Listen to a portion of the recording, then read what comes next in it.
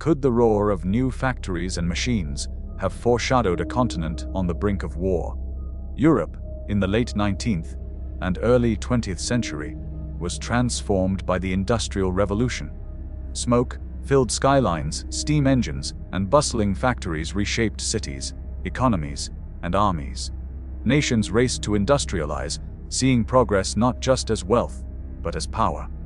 Industrialization created new technologies, transport networks, and production capacities, enabling nations to arm themselves faster than ever before. Yet, this technological leap was double-edged. Factories churned out weapons, railways moved troops, and armies expanded at record pace. Diplomacy lagged behind industrial growth. Every nation's success stoked suspicion and rivalry. While Europe's cities gleamed with progress, a powder keg simmered underneath. Industrialization did not just change Europe. It primed the continent for a war that would engulf the world. Could Europe's obsession with industrialized weaponry make war inevitable? As Europe's industries boomed, so too did its arms production. Nations built arsenals faster than diplomacy could respond.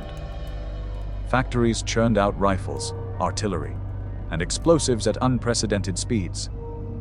Navies competed to launch the largest battleships, and railways enabled rapid troop movement across borders. Industrialization had made war cheaper, faster, and deadlier. No longer was conflict limited by manpower or logistics.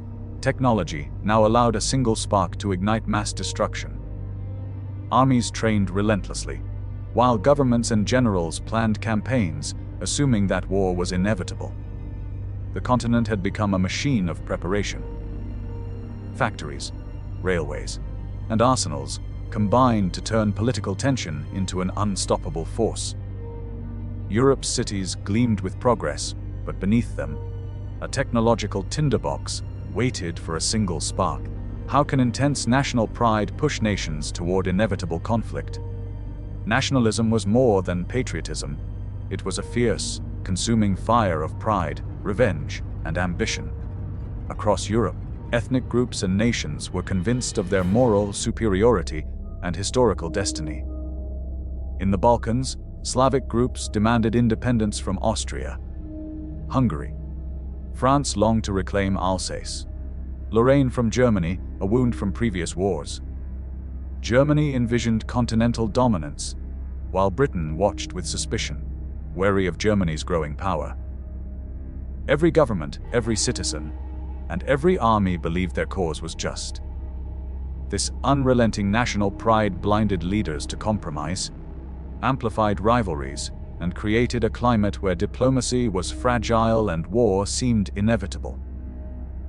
The continent's tensions burned hotter with each passing year, setting the stage for the conflict that industrialization had already made possible.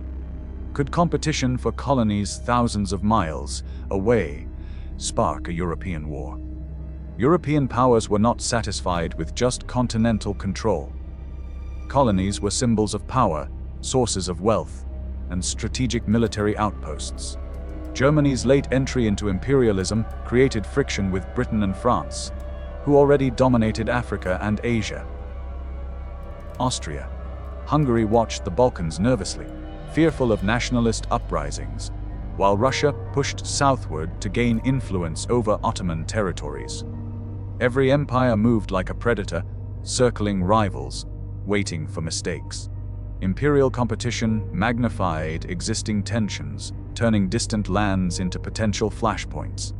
Europe's industrial and military capacities meant that a conflict sparked in the colonies could quickly escalate into continental war. The world itself became an extension of Europe's rivalries, and industrialization had ensured that conflict would be fast, efficient, and devastating. When every nation prepares for war, could peace survive? Europe glorified military strength. Armies and navies expanded to unprecedented sizes. Generals wielded enormous influence over governments, and technology raced ahead, fueling the belief that war could be both inevitable and glorious.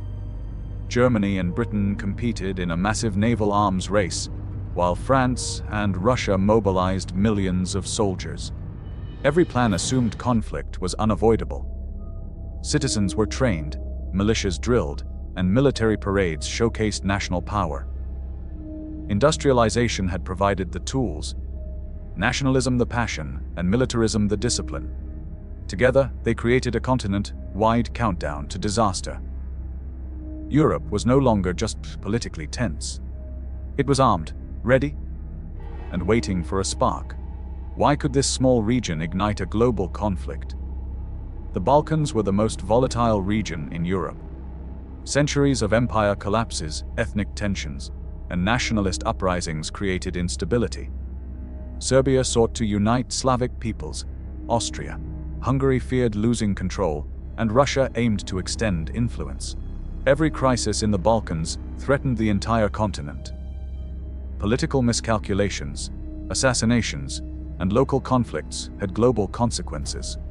A single spark in this region could ignite the entire continent, and it eventually did, with the assassination of Archduke Franz Hans Ferdinand in Sarajevo.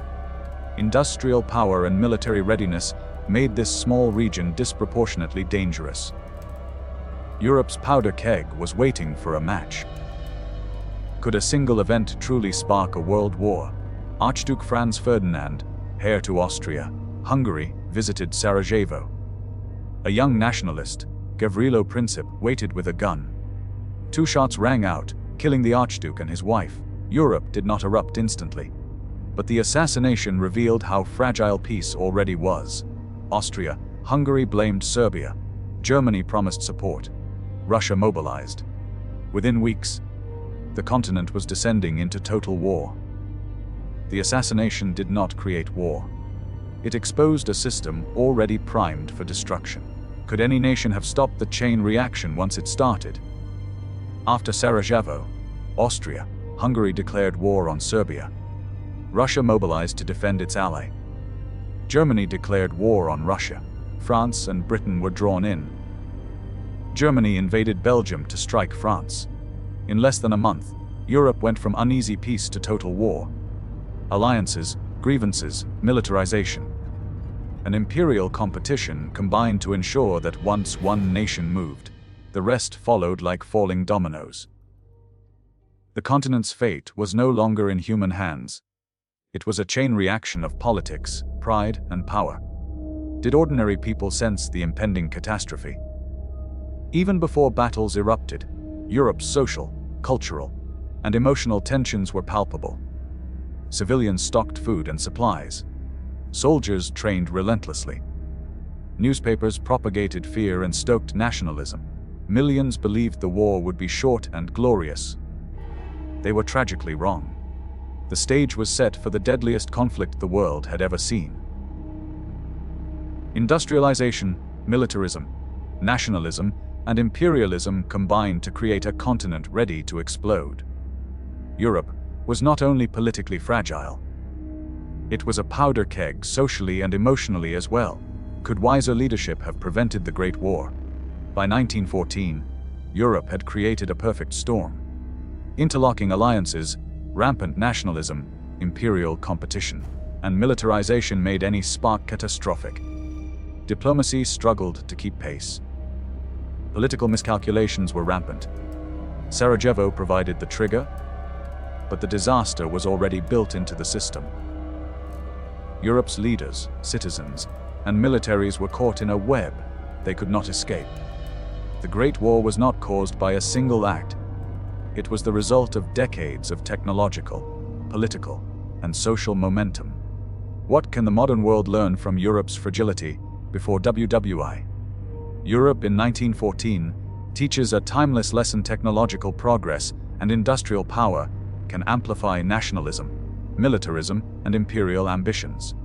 Peace is fragile. Trust is rare. A continent can explode if pride, rivalry, and miscalculation combine. The Industrial Revolution had created a world where war was faster, deadlier, and almost inevitable. By understanding these forces, today's world can better recognize how technological and political changes can shape global stability. History reminds us that unchecked industrial and political power can ignite disaster, as it did over a century ago.